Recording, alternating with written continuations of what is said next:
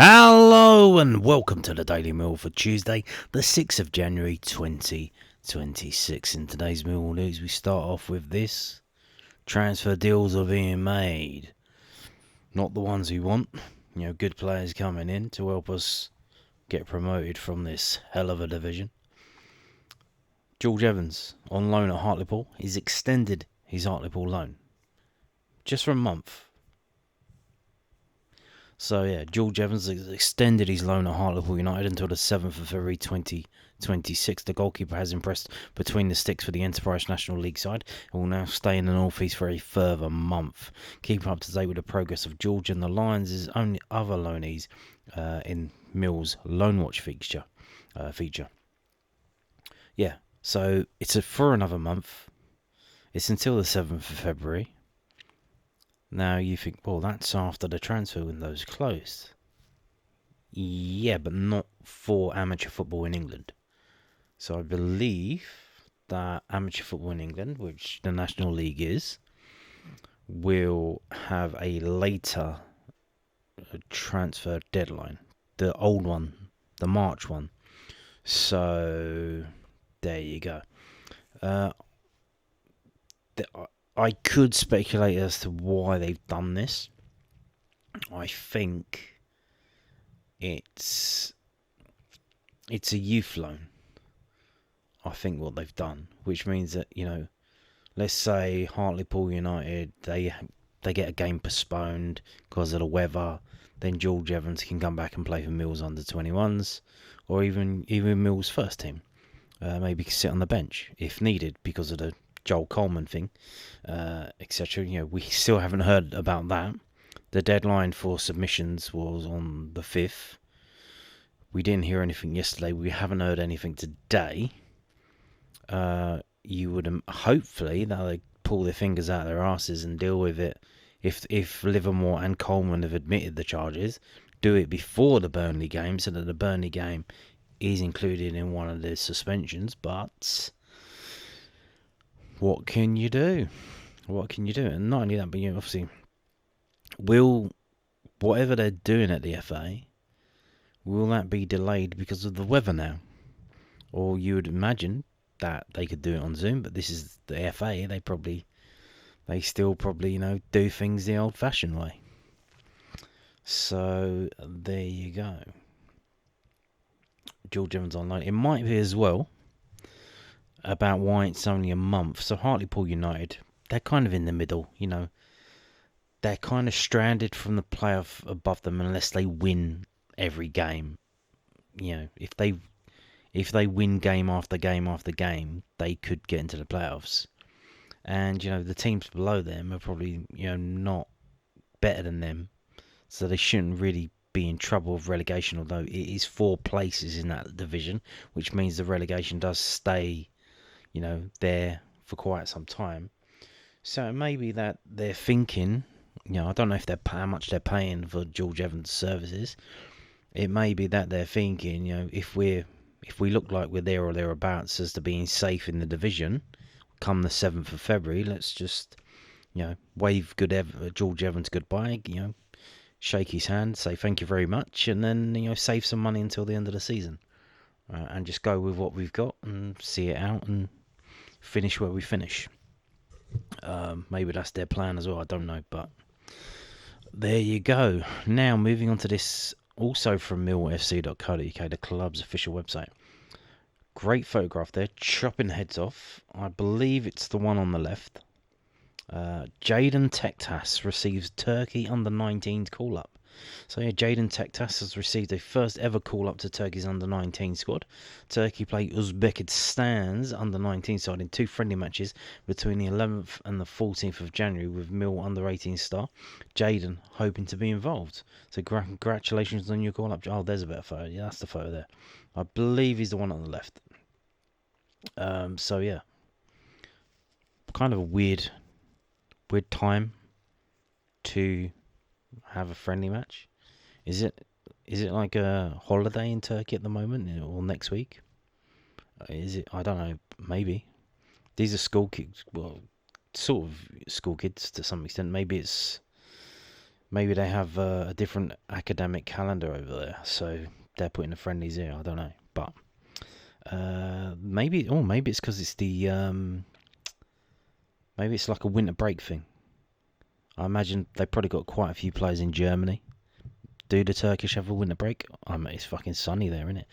I know it does get cold. No, it's in the mountains. They have mountains and shit there, so it does snow in Turkey. You know, it's even though it's down there, it does get cold. But you do maybe they do have a winter break, and this is their winter break. I don't know, but yeah, come off the bench a few times for the under-21s. Don't really, obviously, the only time I watch the under-18s or talk about them really is the FA Youth Cup.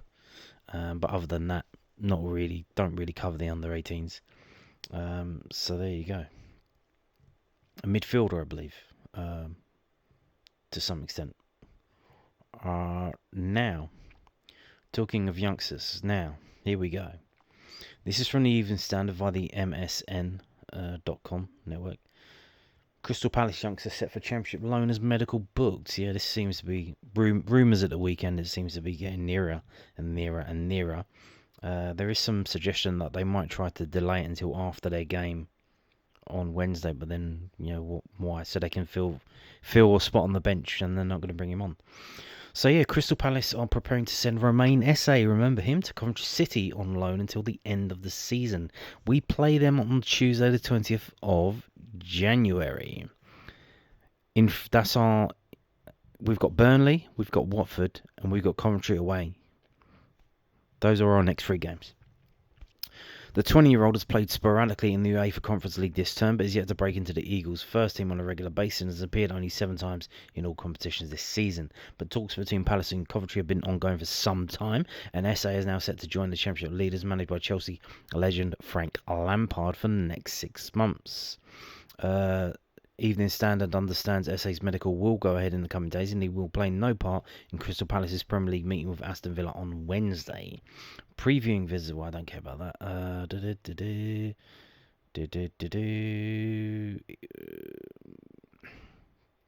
Yeah, he scored with his first touch for the club when he grabbed a late goal on his debut as a substitute in the 2-1 defeat at home to Brentford in January 2025. Exactly. And you know what he did? He just moved for a massive amount of money from Millwall to Crystal Palace. He comes off the bench. He scores a goal. They're 2-0 down, so he makes it 2-1. Instead of going and get the ball or running back to the centre circle, he runs to the corner to celebrate. And because of that, the manager has got to stick up his fucking arse, and he's been treating him like shit ever since. So, yeah. There was some suggestion as well, a lot of people saying, let's get him back. If he's available for loan, let's get him back here. I don't think we should have done that. I mean, it looks like we're not gonna do it. I don't know if they tried, but it ruins the story. Once upon a time, a young lad played for the Millwall youth teams, worked his way up, became a sensation. Played 1 or 2 games for the under-20, was an under-18 player, starts playing for the under-21s, has a fantastic couple of games, gets parachuted straight into the first team, and the rest is history. We need him to be successful. Obviously, he's had the big move to the Premier League. He's still very young, but we need this to be successful, and we need him to play, whether that's for Palace, or probably if Coventry go up, maybe he goes on their loan there next season. I don't know. But we need him to play, ideally in the Premier League, to show this is what we've got coming through at Millwall. We've got other players as well. Come and have a look. So, yeah. Look, he hooked the winger off at half-time of September's Carabao Cup win over Millwall and later criticised his work rate. If you sub somebody at half-time, then you are not pleased with his performance. You have to perform. It's simple. If I have a feeling that a player can help the team win a game, he will get many minutes. And if I have a feeling that a player does not help the team win a game, He does not get many minutes. It's up to him. He's a nice guy and I like him as a person, but I'm no priest and I'm not getting paid to be a nice person. I'm getting paid to win games, and it's up to the player to improve, and he reacted well. So there you go. But, yeah. Here's the thing, though. It makes me laugh at this guy's being touted for the Man United job, for the Chelsea job. Obviously, he didn't get the Chelsea job. I think he wanted the Chelsea job. If you can treat Crystal Palace's players like this, to be fair, because, they're not that good. It's a team effort. If he goes to Man United, if he goes to Chelsea, the dressing room's going to fucking steamroller him if he starts acting Billy Big Bollocks like this. He's got no chance. That's not how it works. The big star players, they're going to tell you to fuck off. But, he gets to bully a 20-year-old kid. Good for him. What a big man. Now, moving on to this. Some good news. Could be better. It could be the water thing being approved, but this is from pa.sevenoaks.gov.uk. It's the planning application portal for Sevenoaks District Council. Planning application. So, if you haven't been keeping up with this, Millwall's still building West Kingsdown. They're still trying to get it through, even though they probably want to change the plans. They're going ahead with it. Whatever rumours you've heard, that they're going to sell it to build a load of flats or whatever rubbish you've heard, that's not true. They are still trying to get it done. And before they can start building, they want to build Q1 this year. I would imagine after the spring equinox, March the 22nd, when the weather starts improving. Obviously, it's snowing at the moment. Might be massive amounts of snow in London on Friday, by the way. Depending on the way the wind blows. Isn't that always the case? Before we can start the build, there are certain clauses that we need to get approved. We've got 2 outstanding at the moment that are going through. Number 9, which is about the water drainage, which has had to be submitted 3 times. This is the 3rd one. We're still waiting. Interestingly, each time that it's been submitted, the Kent County Council have responded to consultation. Environment Agency have responded to the consultation, but Thames Water have not. Thames Water, couldn't be bothered. Could not be bothered. Very emblematic of the company at the moment. This one, though, this is the 3rd time we've done this. So it's details for the Community Benefit Plan and Economic Development Strategy with respect to Schedule 1 Clause 2 and Schedule 2 Clause 1 of the Section 106 Legal Agreement for the Application 22-01961 for a Training Academy facility for the following year. We have to do this every year. And you can see, 6th of January, today, fresh news, it has been granted. So there you go, they're back in the office, they're back, and they are, this is the report, the officer's report. It just basically goes through all the stuff, a little roundup of the story so far, all of the stuff. And then we get to, where's the, okay, yeah. Okay. The proposal of this application is to discharge the details relevant to what I just mentioned.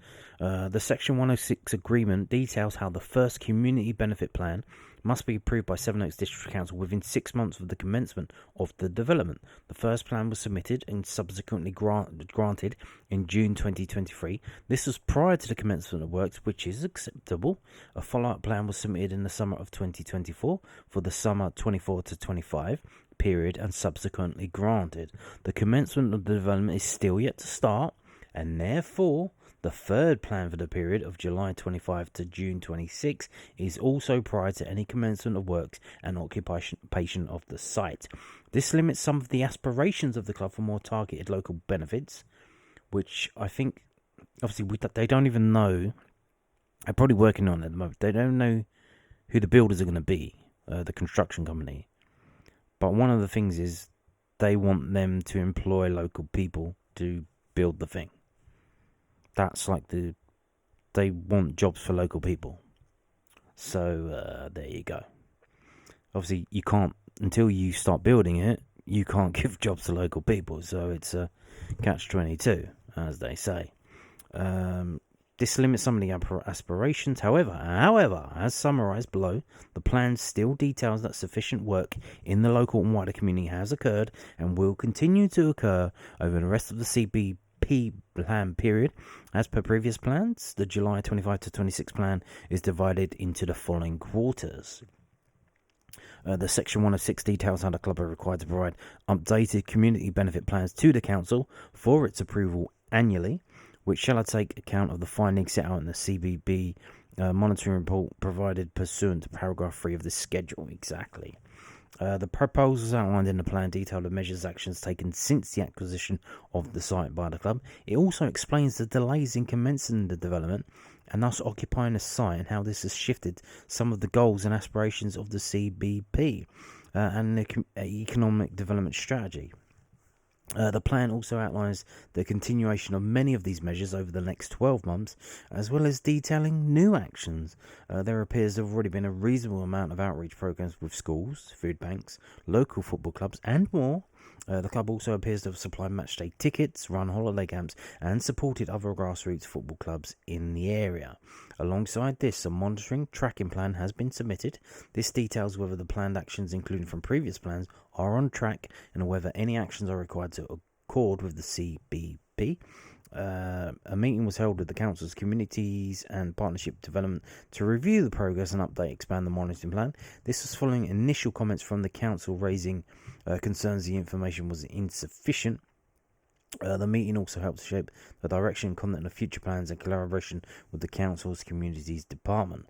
The submitted information is considered to be sufficient to accord with the Section 106 agreement and to ensure the proposed football training grounds and the occupation of the site by Millwall Football Club will be a benefit to the local and wider community. The plan covers up to June 2026. It builds on the initial plans granted in June 2023 and September 2024.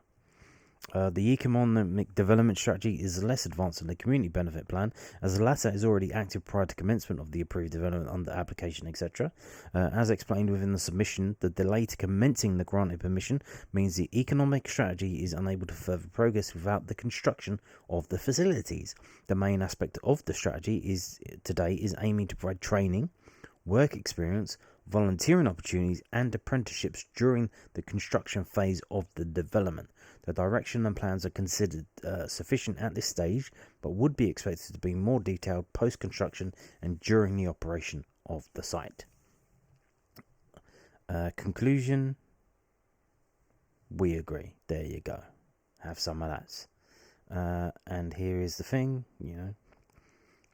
this is it here. Sevenoaks District Council has granted planning permission. So there you go. Signed, sealed, delivered. So just the water thing to go, and then we can look at building the damn thing. Now, a blast from the past. A little update from situation at the end of last year.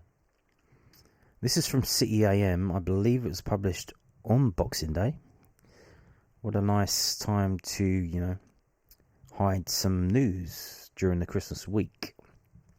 This is City AM via MSN.com. Mastercard issues winding up petition against London fintech Guavapay. Guavapay, yes. Mastercard haven't been paid by Guavapay. Now, here's the thing. If Mastercard haven't been paid, then and they haven't got their money, then how the fuck are Millwall going to get their money? Mastercard is a multi-billion multinational company, and Guavapay knocked them, and Guavapay have issued a winding up petition against them. Now, did Millwall do that? It hasn't been, publicised that Millwall did do that. Maybe they were waiting. Maybe they can join up with this. I don't know how that works. I guess this... Well, let's read this first. Hundreds of jobs could be at risk as London's fintech Guavapay faces a winding up petition from payments giant Mastercard over unpaid sums, City AM can reveal. By the way, you're not having a stroke. For some reason, the ad blocker, it flashes the ad up and then takes it down half a second later. It's annoying, but it is what it is. The firm, which employs more than 500 staff and manages cross-border money transfers for individuals and businesses, was issued the notice on Christmas Eve. According to court filings seen by City AM, a High Court hearing is scheduled for the 21st of January. So there you go. I'll cover that in the future, next 2 weeks. The legal manoeuvre will force Guavapay into liquidation if it does not reach an agreement over monies owed to Mastercard, one of its biggest creditors. Guavapay and Mastercard did not respond to requests for comment. So here's the thing, obviously Guavapay probably used Mastercard to process their payments. It has to go through, I believe, either Visa, Mastercard. I think there's one other, maybe two others, but that's it. So all of the other things, they have to go through that. It's very restricted up there. And obviously they charge you for that. Guavapay haven't paid Mastercard. They haven't paid them. The winding up petition deals yet another blow to Guavapay after it suspended onboarding new customers and accepting new funds into its Myguavas app and Myguavas business platform in September, following an intervention from the UK's financial regulator. The London fintech said it was forced to make the move because of concerns expressed by the Financial Conduct Authority over customer due diligence and fraud prevention measures. 3 directors immediately resigned from the firm's board following the announcement. The company compliance team, along with external consultants, are reviewing these matters and are engaged in ongoing dialogue with the FCA, Guavapay said in a statement. Guavapay insisted that the move was intended to be a temporary measure, but in November said it does not have a clarity on the potential timing for removal of the requirement. Guavapay was founded in 2017 by Azerbaijani entrepreneurs and Russian university graduates Elkan and Orkan Nazarov, who wholly own the company. To date, it has not had any external funding. The pair also own crypto trading business Finbloom. Guavapay posted turnover of £23.4 million in 2024, and near doubling compared to the previous year. According to accounts filed with Companies House, it made a pre-tax profit of just under £2 million. Late last year, the company opened a subsidiary in Azerbaijan, which was handed an e-money license to begin offering services earlier this year. In December, the firm gifted a rug to City of London policy chief Chris Hayward. So what's going on there? They're moving to Azerbaijan. They're leaving the UK. In March, the company appointed fintech veteran Guy Noble as its new chief executive, but Noble quickly left the company after just 6 months at the helm. In August, Guavapay co-founder Elkan Nazarov was appointed chair of the skills committee of the London Chamber of Commerce. So what the hell's going on here then? Will Millwall get their missing money? Or will Mastercard get it instead? Interesting stuff there. And on that note, thank you for watching, and goodbye.